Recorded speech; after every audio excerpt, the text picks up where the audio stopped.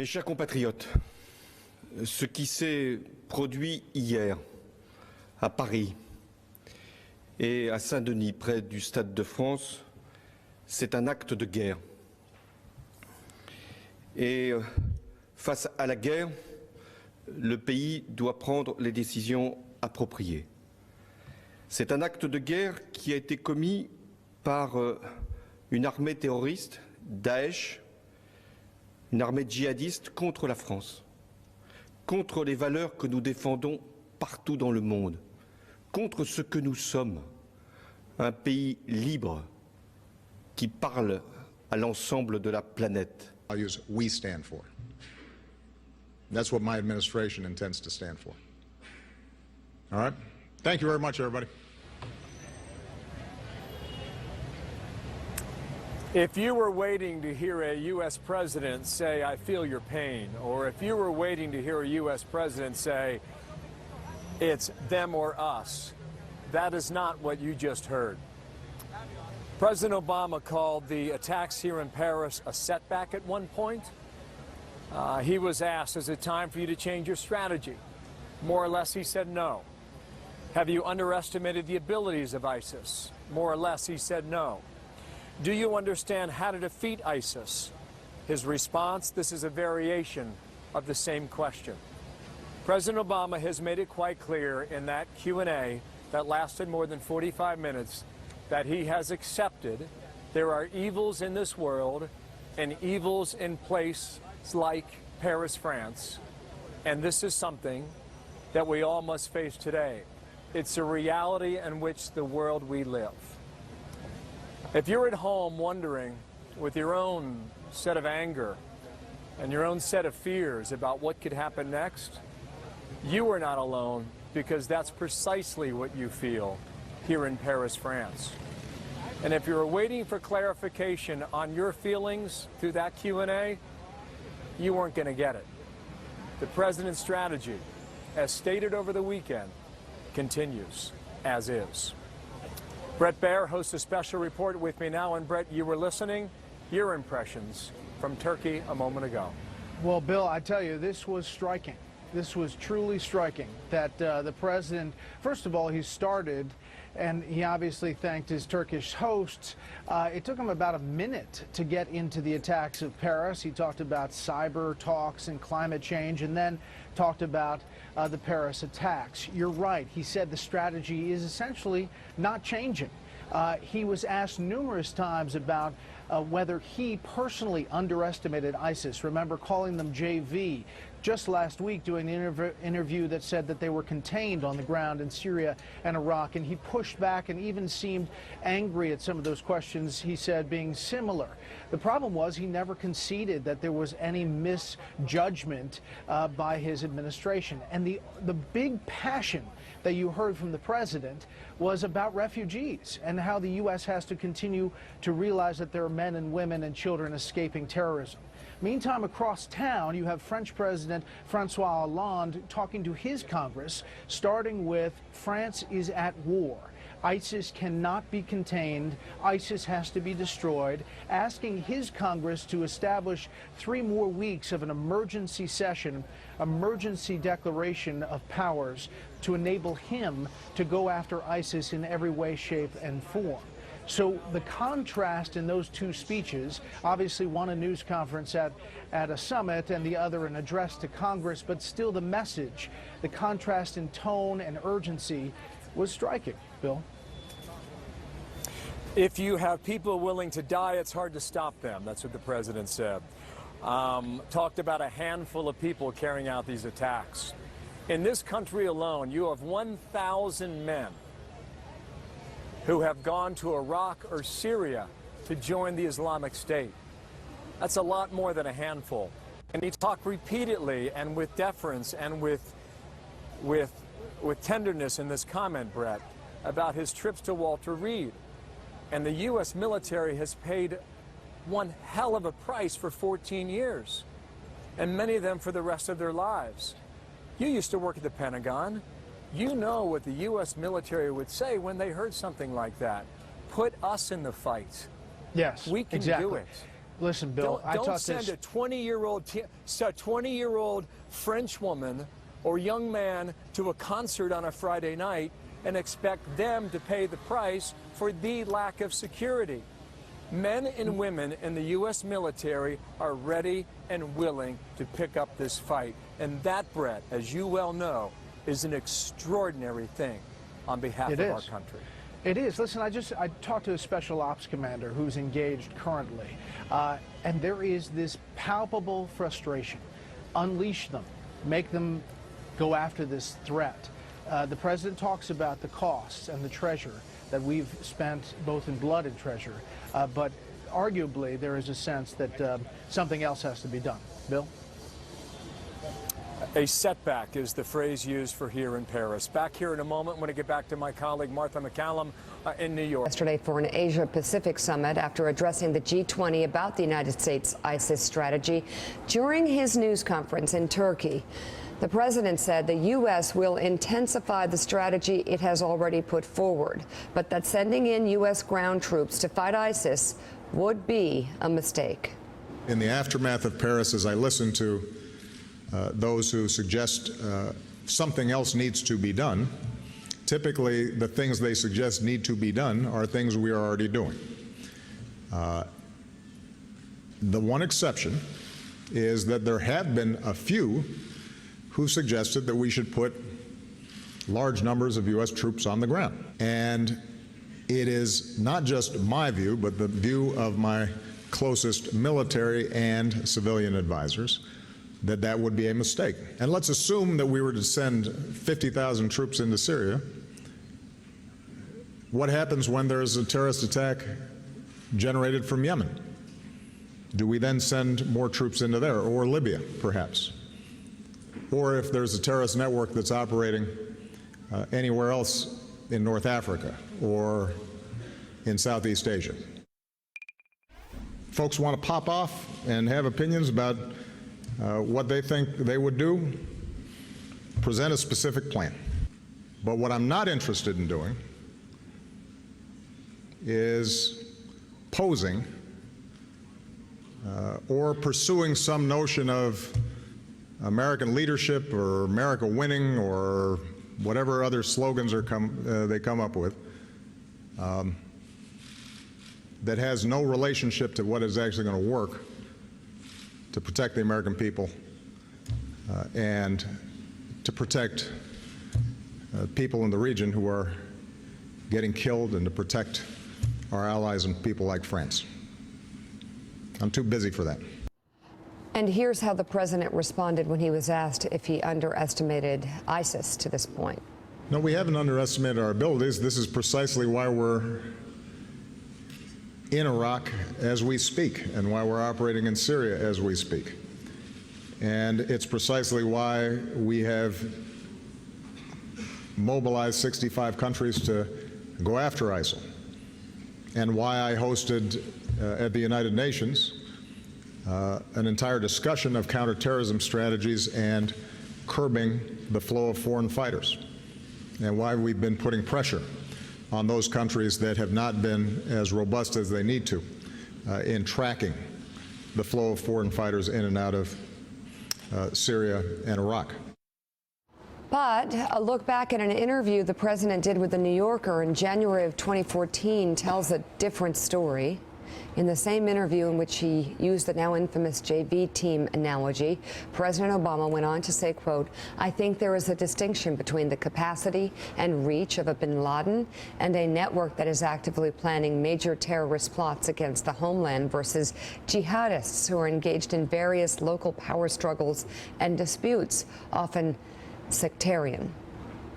Local power struggles. Well, the reaction, obviously, to the president's remarks was pretty much the same across the ideological spectrum. Roger Cohen of the New York Times wrote, "Where was the anger in that President Obama press conference? I'm in Paris.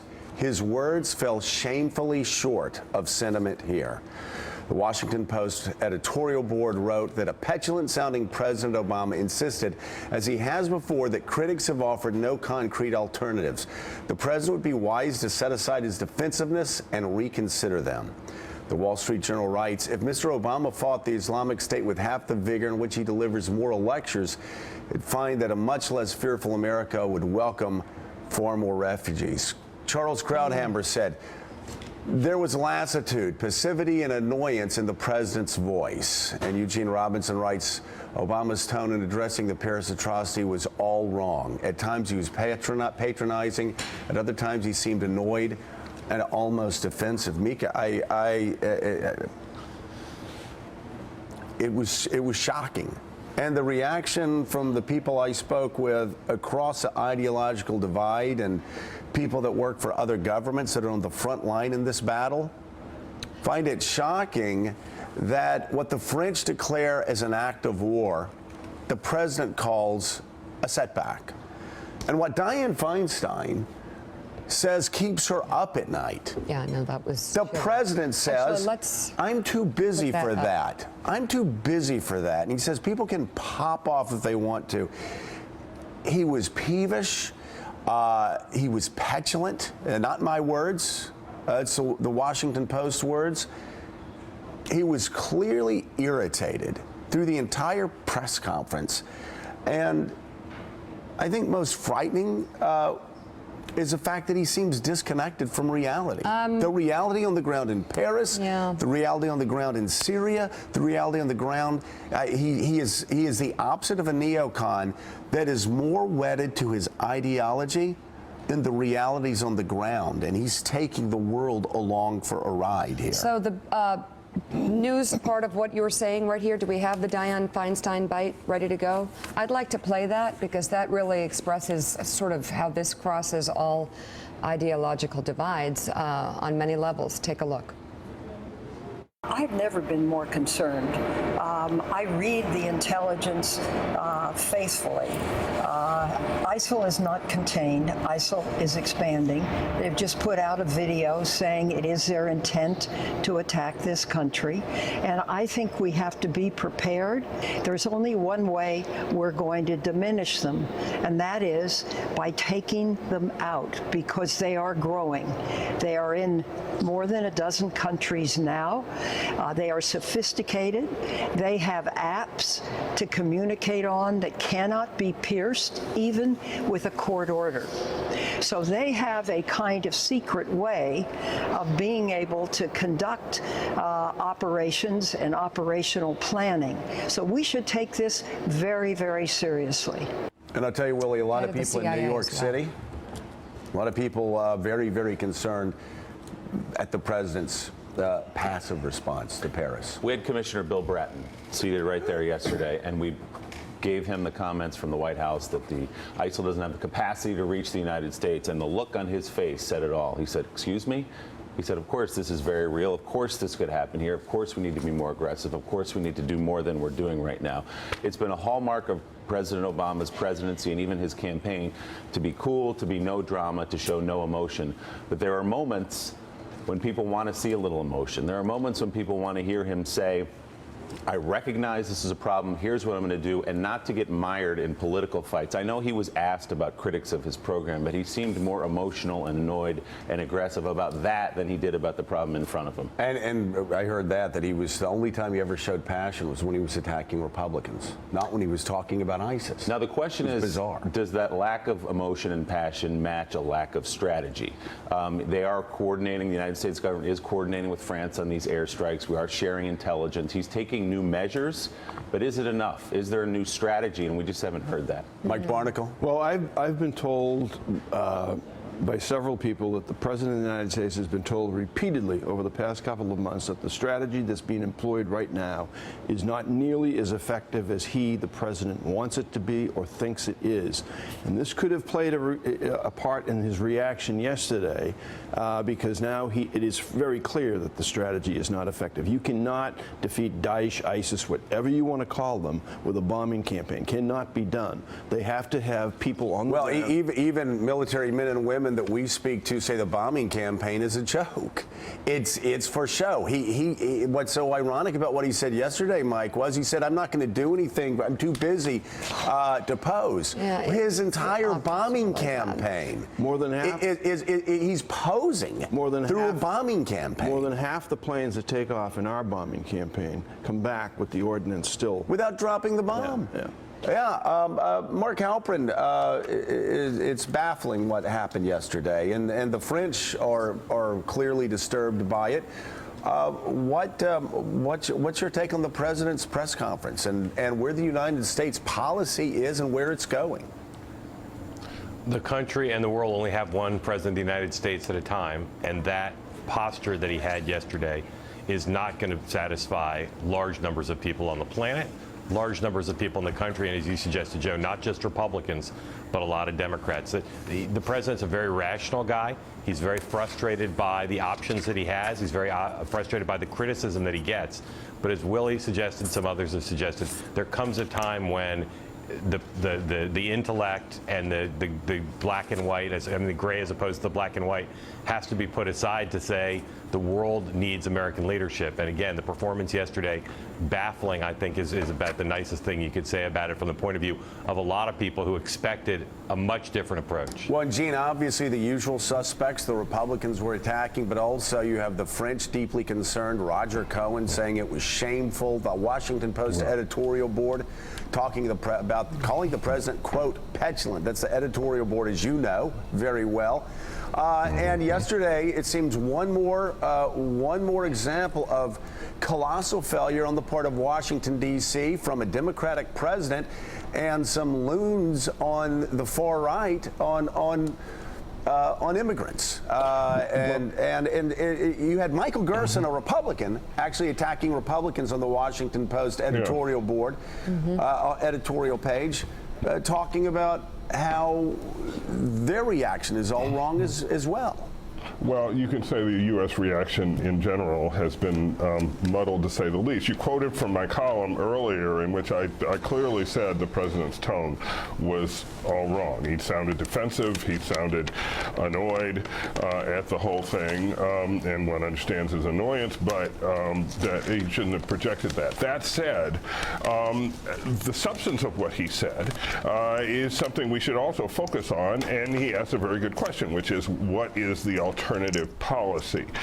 What is the realistic alternative policy that is going to have more of an impact on ISIS? And I think he confronts the central question, which is, are you going to send U.S. ground troops? And how many are we going to send? I have been told by people who really know and who follow this carefully, people in the region, that you're talking 30 to 40,000 minimum ground troops if you're going to, quote, take out ISIS, if you're going to destroy ISIS and get rid of this threat, let alone what you're going to leave behind, you're going to need that force. Where are you going to get it from? Right. Well, and so let me go to your. It is a good question. Yeah, it is a good question, but let me go to your own editorial board. This is the Washington Post editorial board, and the headline is Mr. Obama's false choice, and the Post says, what would make a difference? And they go through a lot of different things. Numerous military experts have proposed that the United States siphon Iraqi forces attempting to retake Ramadi and Arabs and Kurds, et cetera, et cetera. For more than a year, experts have been urging Mr. Obama to begin direct delivery of weapons, ammunition, and other equipment to Kurdish forces in Iraq, as well as Sunni tribal fighters. They go down one after another, after another, after another, after another, after another example. The Washington Post editorial board about what the president should do. And yet, as the Washington Post editorial board says, Mr. Obama's false choice. He always gives us the false choice. Oh, people pop off and they want us to send 200,000 troops to war. It's always a false choice. Well, Joe, look, I'm not a member of the editorial board. They're my dear friends, and they're really smart people. But I actually disagree on this point. I don't think that's a false choice. I really don't think it's a false choice. I think much of what has been proposed as ancillary measures that can be taken are incremental and, in my view, not likely to fundamentally change the situation. I could be wrong, but that's the way I see see it, and that's the way people I talk to see it. There is a fundamental choice that has to be made, and that is ground troops.